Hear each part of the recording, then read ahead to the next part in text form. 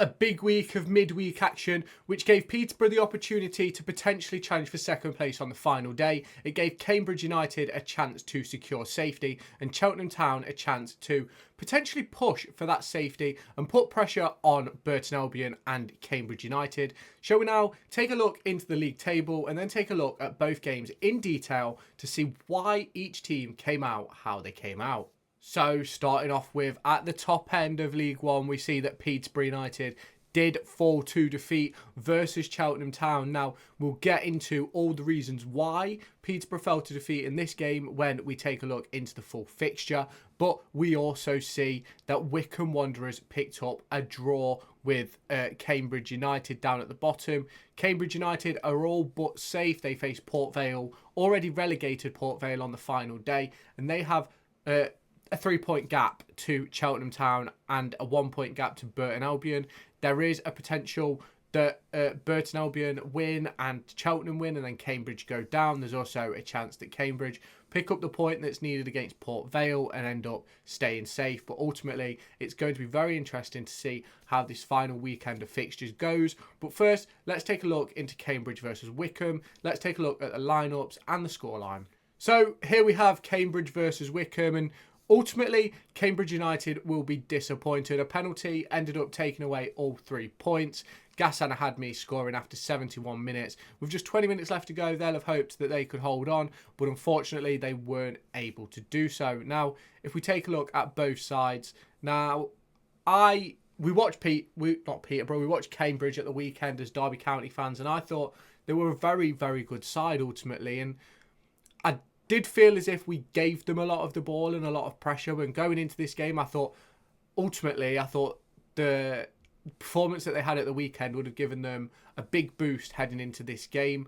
But does it seem like that happened? Maybe, maybe not. Now, you can see the goalkeeper, Mannion, had a really good performance in this game. 8.2 rating. Brophy, good rating as well. Bennett, Kachunga, Ahadmi all putting in fairly decent performances, but ultimately just not quite enough. And you look at that Wycombe Wanderers side, it is a very good side, isn't it? With the likes of Sam Vokes, Potts in the middle, Scowen, Lehigh. They've got some really good players in that Wycombe Wanderers side, and ultimately they come away both with a point. Now, if we do just scroll down and take a look at the changes, you obviously look and Cambridge United brought on former Forest player Lyle Taylor, Jack Lancaster, Matt Bloomfield had the likes of Dale Taylor and Richard Kone at his disposal to bring off the bench. And then if we look at the match momentum, it does seem as if the game was very 50-50. Now, ultimately, I do believe that Cambridge are now safe. I don't think that they will fall to defeat against Port Vale. However, Port Vale have nothing to play for apart from pride. So ultimately, they could end up coming out and picking up 3 points. But what do I think is going to happen in that game? We'll get into in my League One preview in just a few days. If you are waiting to see that, make sure you hit that subscribe button and turn on the notification bell to stay up to date with all my latest content. Now, if we do just scroll down a little bit more and look at the data for the game, you can see Cambridge, ultimately, they had some excellent opportunities. 1.19 XG, so maybe not as good as you would first expect, but all their opportunities coming within the box, only one coming from outside the box, and ultimately that's what I've been banging on about for weeks and weeks and weeks with the likes of Bolton, with Oxford, with Peterborough, and it's ultimately not worked for Cambridge. Obviously only 2 shots on target out of 11 isn't quite what you want from a game, especially fighting for survival, but a point, it's a massive point in respect of the league table. Obviously 3 points clear now of the team in the relegation zone. So ultimately, they can go in on the final day, not necessarily safe. Like, I called Cambridge safe a few weeks ago. I ultimately thought they'd pick up a few more points than they have done. I think they've been around that 45, 46 mark for about 2 or 3 weeks now. And ultimately, I did think that they'd end up on about 50. But for me, they've gone over the threshold of 1 point per game. And I think that will keep you safe in most leagues. we'll obviously check that at the end of the season when we do my league review. But obviously Wycombe Wanderers, obviously in that mid-table, bit dead rubber for them. 1.57 XG, 17 shots, 6 on target. And ultimately, they took the chance that they had, which was a penalty. Obviously, Ghassan Ahadmi took his chance as well, which ultimately, for Cambridge United, does seal them a point, but ultimately they'll have hoped for much, much more, especially going in the lead at home. And if we do just take a look and flip it between first half and second half, you can see that in the first half, Cambridge had the better opportunities, but Wycombe Wanderers maybe were the more dominant side. And then if we scroll across and look at the second half, you can see it was mainly Wycombe Wanderers. Obviously, that penalty really boosting their XG. I believe a penalty is about 0.79 XG, which ultimately is, as you know, a penalty is as good as a goal these days. You just got to make sure that you can keep your head, and Cambridge will be disappointed. Created 3 big chances, missing 2, which obviously won't be what they wanted, but ultimately they come away with a point. They're now on 47 points, I believe, in League One, which puts them 3 points clear of Cheltenham Town, 1 point clear of Burton Albion, and their goal difference is 3 better than Burton. It's only 1 better than Cheltenham Town, so ultimately they'll be hoping to pick up a point to secure their safety against Port Vale. But will that happen? Let me know your thoughts down in the comments. We'll have my full preview on that in just a couple of days' time. Next up was the big shock of the weekend, and ultimately Peterborough United gave up, in my opinion, and they'll just get away with it for me, because they made 4 or 5 changes at the weekend, which ultimately gave them the opportunity to do what they did today. Because obviously, if you didn't know, there was a rule brought in I believe 2018 where towards the end of the season you had to field 10 players from your previous matchday squad, your previous 18. In order to abide by the rules of squad strength and stuff like that. I think it's pretty similar to something the NBA has brought in recently. Not that that's relevant to League One or anything like that, but I just thought some of you might know the NBA. So ultimately, they fielded a massively changed side. No Poku, no Mason Clark, no one of real note really, apart from Ricky J. Jones and Clark Harris. Obviously, Malik Mothersill, de Havilland in midfield.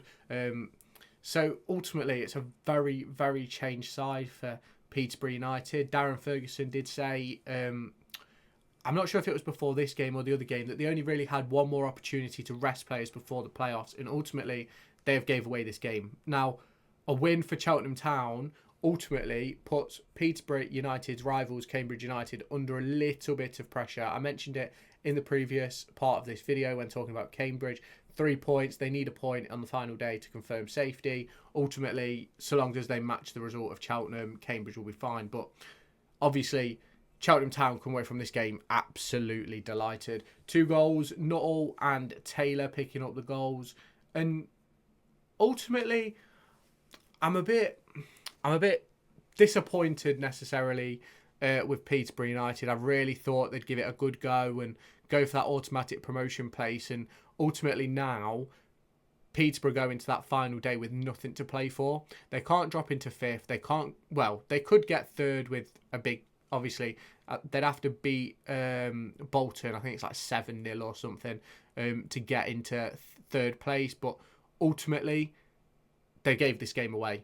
The amount of change they made, obviously Clark Harris and Mills putting in some good performances, Fernandez and the goalkeeper Bilikovic put in a fairly decent performance, but ultimately wasn't enough. Now, I did say in the preview that I'd be very surprised if they did field a really weakened squad, and ultimately I was surprised when the team sheets came out.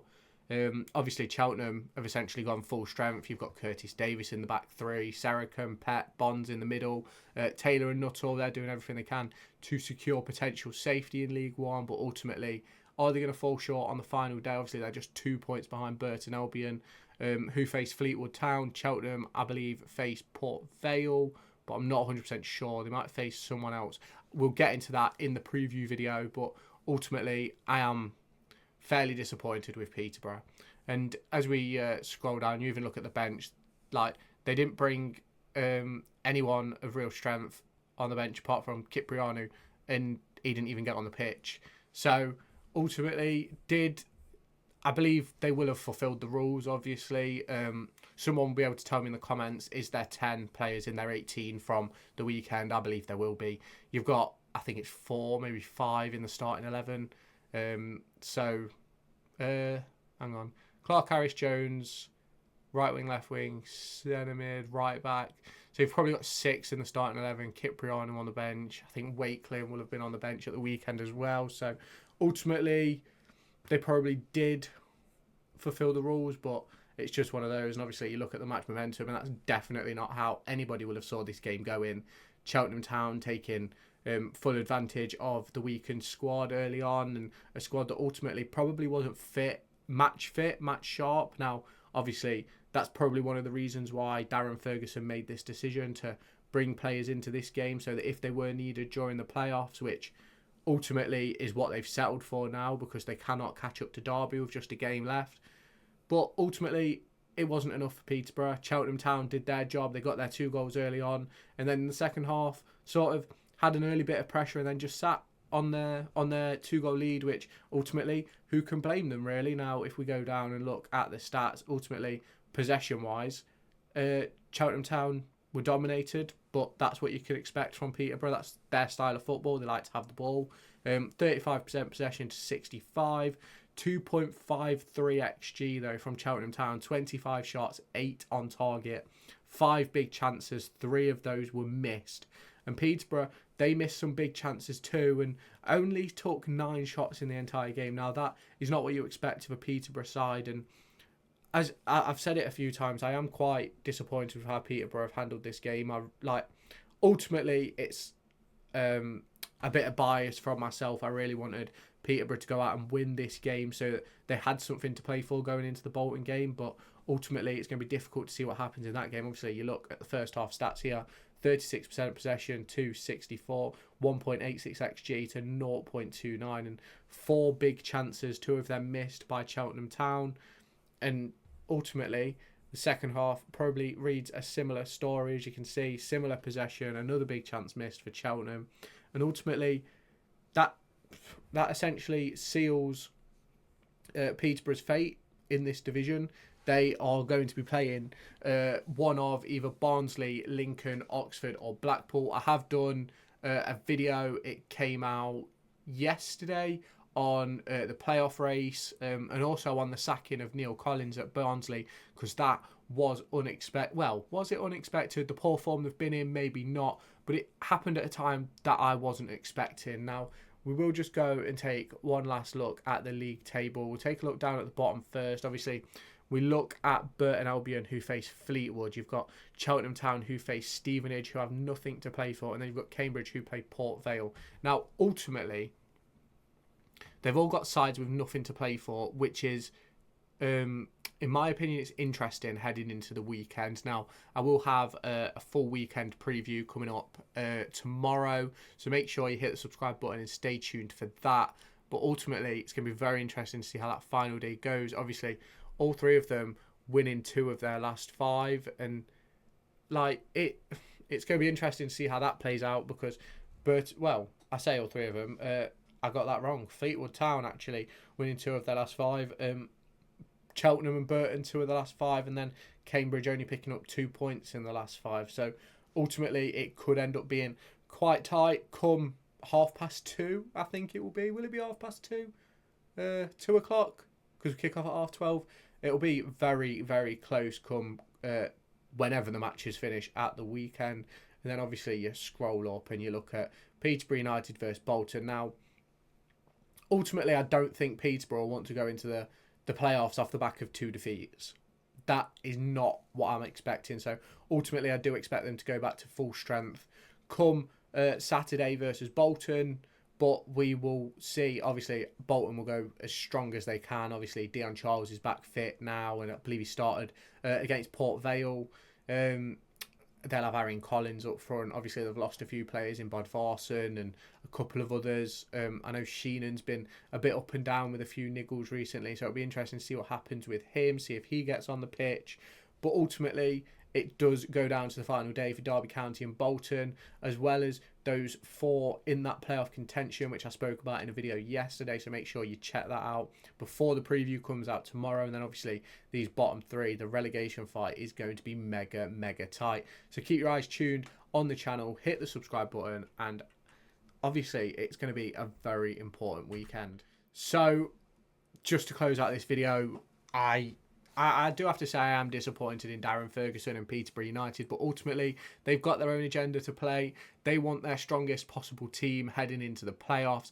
Obviously, I don't believe they've broken any rules, but it'll be interesting to see how teams look at it and how teams go from here, because ultimately that rule that was brought in 2018 was to stop situations like this, but ultimately I believe they have got past it with the changes they made at the weekend. Obviously, I believe they made 4 or 5 changes at the weekend, which ultimately takes those players out, and then you make another 4 or 5 changes today, and then ultimately you've got 10 players in. So it's just one of those. We'll see what happens over the weekend, so make sure you stay tuned to the channel, and I'll catch you in the next video. Make sure to go and find me on TikTok, pictured here, and Twitter, pictured here. These are the places where I'll keep you all up to date with all my upcoming videos and my thoughts and feelings around the Formula 1 and football weekend.